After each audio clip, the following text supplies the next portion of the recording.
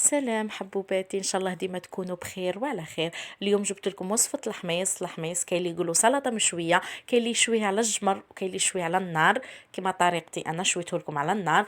يعني الموسم يعني تاع الصيف، هذه هي الاكلات تجي يعني خفيفه، ما تديش الوقت وسهله. ان شاء الله ينال اعجابكم وتجربوه.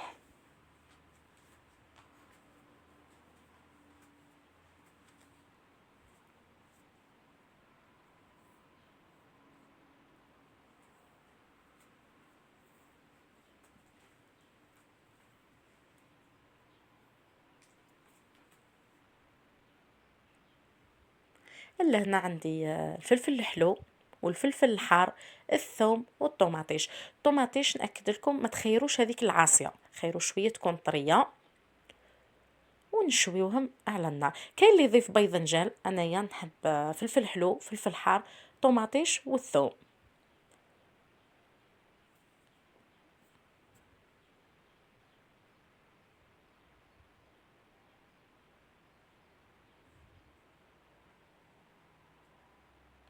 إلا هنا نشويوهم.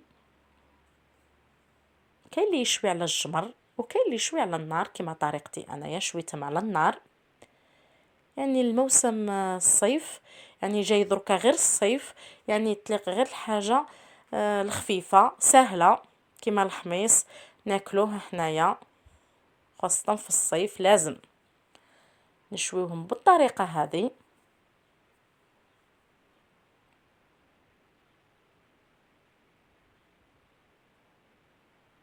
إلا هنا كي تشواو لي جبت لكم طريقة تسهل عليكم في التقشير.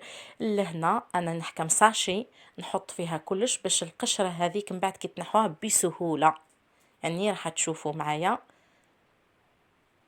يعني راح تجيكم سهلة الطريقة. يعني تحطوهم دقائق في الساشي، تقفلوا عليهم وتخلوه في الساشي بالطريقة هذه، تقفلوا عليهم وهما سخونين.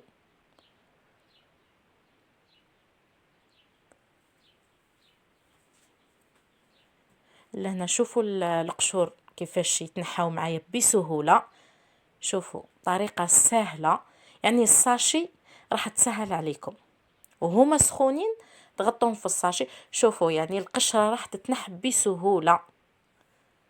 وننصحكم ما تغسلوش، يعني كي تقشروه البنة كل كي تقشروه وتقطعوا قطع ما عندك تغسلوه، ما يتغسلش، لانه لو كان تغسلوه راح يعني البنة تروح تاع الحميص ما تعودش فيه ريحة البنة.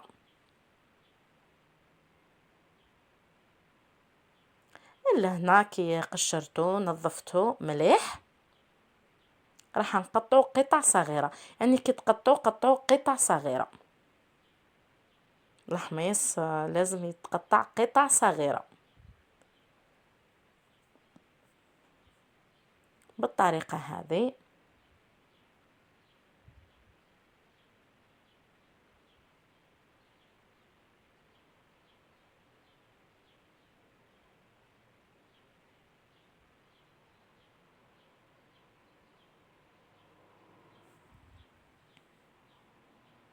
يعني نقطعوه كلش، الثوم الطماطم الفلفل كل نقطعوهم قطع صغيرة بالشكل هذا.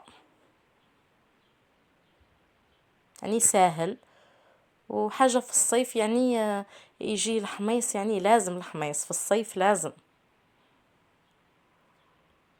بالطريقة هذه. إلا هنا قطعت الثوم الطماطم الفلفل الحلو الفلفل الحار قطع صغيرة بالشكل هذا، يعني قطع صغيرة لازم بالطريقة هذه. لهنا واش نضيفو للحميص نتاعنا، عندنا لهنا الزيت، يعني واش نقول لكم عينكم ميزانكم في الذوق، يعني ديروا وذوقوا. يخص الخل ضيفوا، لهنا ضفت الزيت والخل، وكي تشوفوا ناقص ضيفوا. لهنا الملح ونخلطوا مليح، وكي تشوفي ذوقي وتشوفي ناقص خل ضيفي، ناقص زيت ضيفي، ناقص ملح ضيفي، عينك ميزانك في الذوق. لأن هذه هي يعني وجد معنا خل وزيت وملح.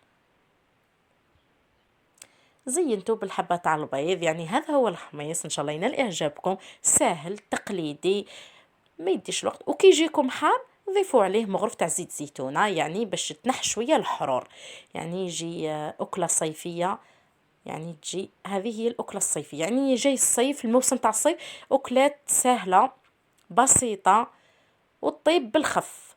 لهنا حنا ناكلو الحميص بالكسره ولا المطلوع، يعني الخبز ما ناكلوش حنا مع الخبز الحميص، ناكلو مع الكسره ولا مع المطلوع. ان شاء الله ينال اعجابكم، ما تنساوش حنوناتي تدعموني في القناه، تشتركوا، ونجيب لكم غير الحاجه الاقتصاديه والسهله واللي تقدر اي وحده تجربها. شهيتكم في الجنه الحلوات،